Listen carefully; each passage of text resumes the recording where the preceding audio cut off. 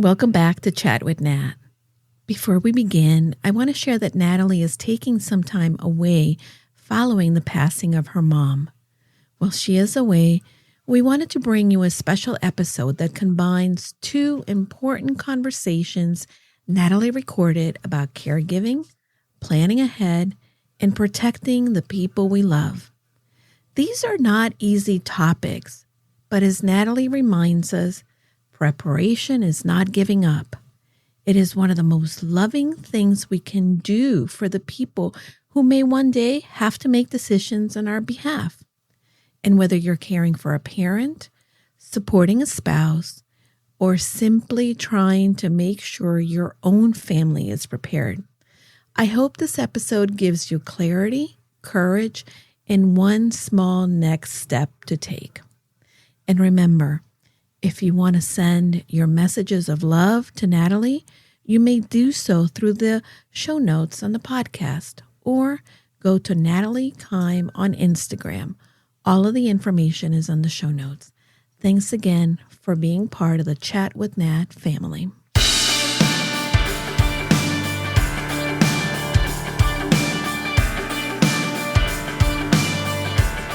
Jump into this topic and talk first about why caregivers must understand estate planning. The truth is, we're the ones that are often handling the appointments, the medications, the finances, the transportation, the emergencies, the housing decisions. But legally, we might have zero authority. Being the child or spouse does not automatically give you legal rights. Hospitals can restrict information, banks can deny access, doctors might require legal documentation.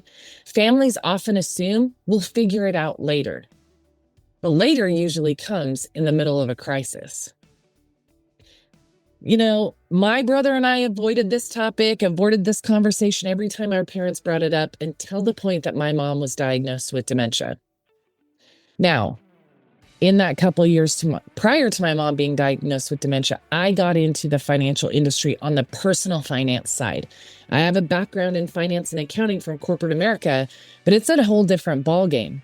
And I had learned a lot about the importance of things. And so as soon as we knew that we were on a path that was going to lead us down a lot of the issues or progression or lack of memory, all of the things that can create these problems for families, we got to work and we got all of the documentation put in place that we need. Because of that, it has been easy for me to advocate for my mom, to be her voice when she doesn't have her own to use, to ask questions, to get the help we need to make my caring for her as simple, as complete, as confident as possible. I can make the hospital decisions, the doctor decisions, the equipment decisions, all of those things, but it's all because we set things up the way we needed to from the get-go. The truth is, as caregivers, we're already overwhelmed. Legal confusion just adds another level of trauma and tension for us. So, first thing, core estate planning documents every family should know about and have in place. Number one, a will. It says who receives your assets. It names guardians for minor children. It helps direct your wishes. It does not avoid probate. And outdated wills can create huge problems. For example, let's say your parents put a will in place when you and your siblings were little, but your parents have since gotten divorced and remarried, but they never changed the way they had things set up in the will to begin with. That's an absolute nightmare situation. Or they set everything up when they just had 2 kids and they had 3 more and never updated things to include those additional children. Having a will prevents confusion and conflict after a death. It helps protect sentimental items and family property. I do not recommend to my clients my financial clients that they have only a will. I recommend they get a trust, which is the next thing I'm going to talk about. And in that trust, it includes a will. It includes a living will that designates where everything goes, but that lives within the trust. And the trust, number one, helps to avoid probate, offers privacy, keeps everything from being public, can help organize asset distribution, and can create smoother transitions. From a caregiver's perspective, a trust can be really helpful for blended families, which they're everywhere these days. There's often nuances there because of second marriages, additional children, whatever the situation is, that can become really difficult to manage when you lose a loved one. They can also help caregivers when it comes to special needs planning. They're helpful when caregiving costs are rising, and they can simplify management if incapacity occurs. The next thing that you should have in place is what's called a durable power of attorney, or POA. This is huge for caregivers. It allows somebody, in my case with my parents, it allows me to handle the finances and legal matters on behalf of my parents.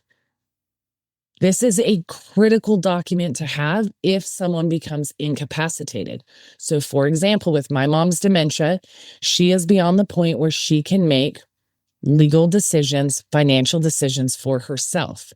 So it is a game changer for my dad to be primary, my brother and I to be secondary on her power of attorneys to make sure things happen the way she wants, to make sure if she becomes completely incapacitated in a hospital, that we're making the decision she wants.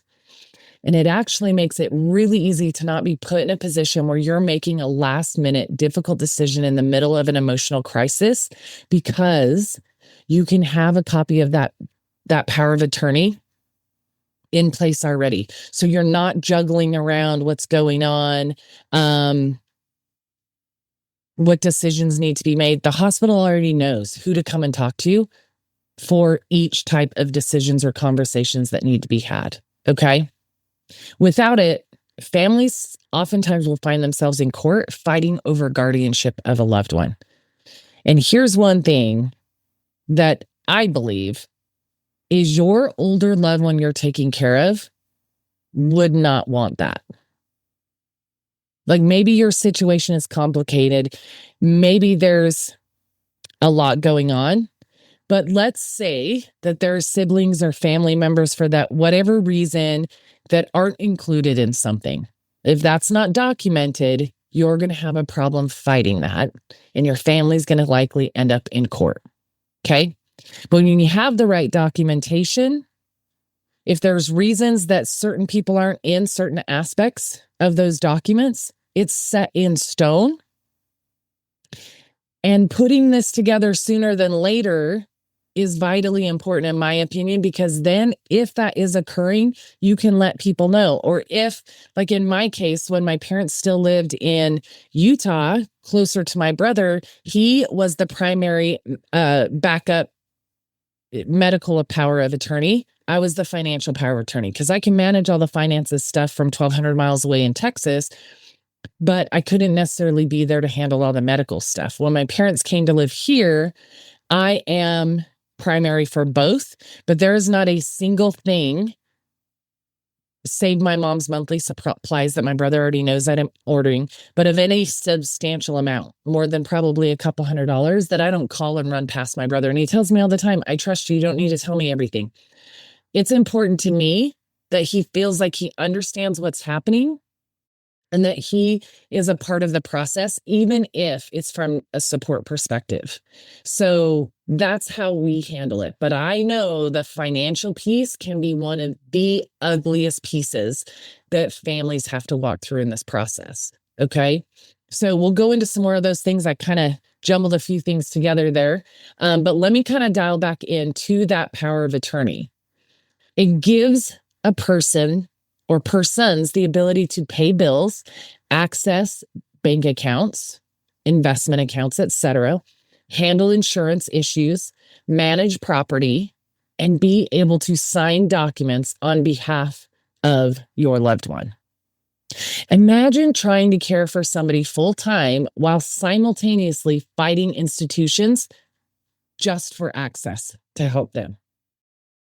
I know people are doing this every single day. Like I said, in the caregiving communities that I am in, there are people struggling in every area of caregiving, but having proper documentation, having access to the finances assigned to the person who is caregiving or to somebody that is very involved as a support to the person caregiving does not exist the way that it should.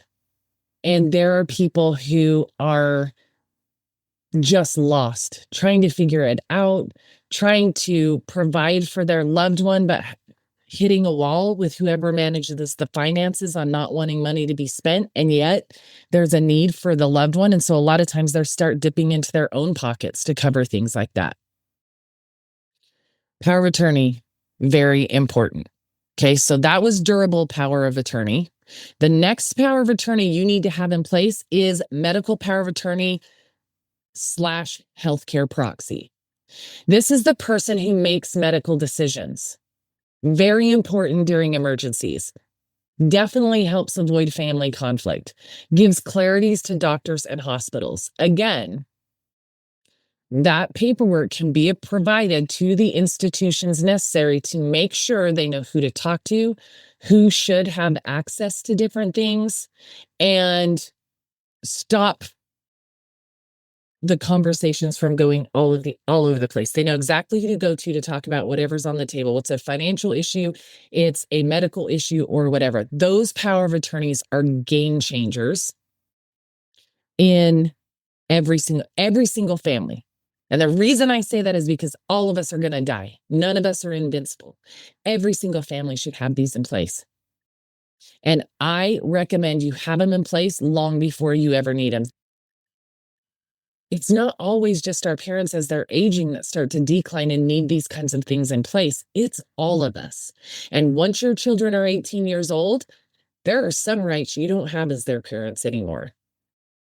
So I would recommend that you get these power of attorneys in place as soon as your kids turn 18 years old, so you can make the decisions that might become necessary. This is especially important when you're talking about dementia, memory care, diagnoses, where progression happens over time. My mom's decline was, she was slowly declining physically and from a memory perspective, very slowly for 3.5 years. But then it was like overnight. And I hear those examples all the time. They take a drastic turn all of a sudden at one point. Not all of them. A lot of them are just a slow, steady progression for years and years and years. Every diagnosis is different for every person.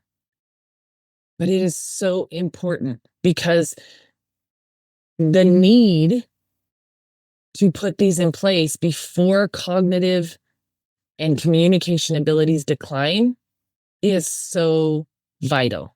Now, I said within a trust, there is a living will / advance directive. This covers the will piece. So when you get a trust, you get all the things you need. When you get a will, you get a will. Who do you want things to go to? That's pretty much what a will does, right? As far as assets, money, etc. Now, a living will is going to include your end of life wishes. Do you want to be cremated? Do you want to be buried? Do you want your body donated to science? Do you want to be an organ donor, etc.? It dictates whether or not you want CPR administered in certain situations, if you want feeding tubes, ventilators, interventions. It prevents your family members who are standing beside you in a tragedy from having to try and guess what it was or is that you would want. Even in this process with my mom with hospitalizations, I go in and I have the clergy come in and talk to me, all the different things from the hospital. And they're saying, what do your parents want here? What do your parents want there? And I know the answers to those things because we talked about it and because it is documented in writing. And sometimes in the midst of emotional stuff going on during hospital visits, my brother has reminded me, Nat, we don't have to carry the weight of making that decision because it was already made. You know, when a hospital comes in and validates with you that your loved one doesn't want to be put on dialysis, they don't want feeding tubes, they don't want ventilators. I'm not making this decision. I'm reinforcing the decision that my parents made while they still could. Now, my dad could still make those decisions, but in my mom's case, and my brother is constantly reminding me that I don't have to carry the burden and the heaviness of some of these things because those decisions were already made and put in place. My job is just to make sure we're honoring them. His job is to make sure that we're honoring them. We're following through with what our parents wanted and what we would promised we would do for them. One of the hardest things a caregiver can carry is, am I making the right decision? I cannot imagine. Look, even when or if a time comes that my mom becomes unresponsive at home or my dad becomes unresponsive and the EMTs come. Now, I will say this too. You do not just need a healthcare directive. You also need an out-of-hospital DNR. If your parents want a DNR, do not resuscitate.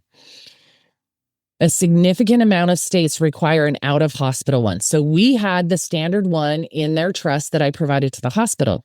The second time my mom was in the hospital, when the clergy came up to talk to me, they were asking me about if I had an out-of-hospital DNR. And I'm like, I just have a DNR. And they're like, oh no, in the state of Texas, you have to have an out-of-hospital DNR or the emergency responders will they are required to resuscitate, to start life-saving measures. The benefit was the hospital provided that. She brought up a witness, had the document. I was able to sign it, get it witnessed. The hospital provided me with copies. So there's a copy sitting right inside the room where my mom is, that emergency personnel would be coming into, that I can hand them upon arrival. And based on their analysis of what's happening in any given situation, it gives them the information of where to stand down. Now, is it still going to be hard to know I'm handing them this paper that says, don't do all the things for my mom? Of course, it's still hard, but it's her decision, not me making it. So what are some of the things that families should actually discuss? Well, funeral wishes. See, here's the benefit of, instead of sitting in a place having to wonder. Now, you may know your loved one well, and it may not be that hard to do, but I think there are people who struggle during that process of what would they have wanted? Because a lot of times we may make decisions based on what we want for ourselves or we're comfortable with, but it may not actually fit with within what they would have wanted. And that's the benefit of having these conversations when they're still here. And like I said, when my mom was diagnosed, we had some of those conversations with my parents, my brother and I did, in putting together their estate plan and setting up all of their financial stuff. Okay. But we were talking the details of the actual funeral here. And so we led that conversation from what we did know mom didn't want and what dad wanted, because he can still communicate that to us, and most importantly, what he would think mom would want. So having those conversations are really important. But getting to the details, are we talking burial or cremation? What kind of religious preferences are involved? What kinds of songs, readings, or speakers, whatever you're planning, do you want to be involved? What kind of clothing will they be buried in? The type of service. Is it going to be a religious service or at a funeral home? And where is the cemetery or final resting place? Which, as I mentioned, my parents have already bought plots. And so we already knew that answer. But it's all those other little things. And then also, this is an opportunity to ask whether you're planning for yourself or a loved one, is the will and trust updated? Are beneficiaries reviewed and set and updated? Is there funding in place for the funeral? Have you reviewed life insurance and financial accounts and investments and things like that they have to know where everything's at and what the process looks like when your person passes so that you can manage that paperwork better? Do you have account access and passwords that you need to resolve any of their issues, to access money at the bank, to pay for things? Do you have power of attorney and healthcare directives, which I deep dove into in last week's episode? So if you haven't listened to last week's episode, please go back and listen to that. It deep dives into the paperwork that can protect your family when somebody passes. And there's a bunch of information in there. So those are the types of things to talk about. They're so vitally important. So then let's talk about what pre-planning actually gives us. Well, it gives us peace, clarity, reduced uncertainty, confidence that we're meeting the wishes of our loved one because we're doing exactly what they asked us to. It strengthens family communication because you're having hard conversations. And let me tell you, those relationships being stronger when a loved one passes is so vitally important. So to have those connections stronger instead of weaker, I think is a game changer. And then, of course, it's going to reduce that future financial burden on those left behind. My hot take for this week is just a reminder that avoiding hard conversations doesn't prevent hard moments. It makes them heavier and harder later. If you love your family, please give them clarity. Give them plans, give them instructions, give them peace. Because grief is already heavy enough without confusion, financial stress, and family conflict piled right on top of it. I want to challenge you guys this week to have one difficult conversation this month. Or review beneficiaries and documents that you have. Maybe ask your parents about what their wishes are. Explore final expense planning. There are final expense insurance policies you can get that will cover the cost of those things. There are some phenomenal plans that actually include all of the planning pieces, in which case I could take all the information I gathered and I could give it to a concierge show, so to speak, of exactly what is wanted and what it needs to look like. And at the time of my mom's passing, would then be able to pick up the phone and say, "Hey, mom passed away. We need to go ahead and get everything started." And they make all the phone calls. Even though you have the plan, they're actually making the phone calls to start the process of everything for you. These aren't plans my parents have or put together. They didn't even know about them, but it is a plan that I have so that everything can be put together. And when my time comes, my son has to only make one phone call and everything will be handled. Tonight, please hug your people a little tighter. Tell them that you love them. And remember, preparation isn't fear, it's love in action.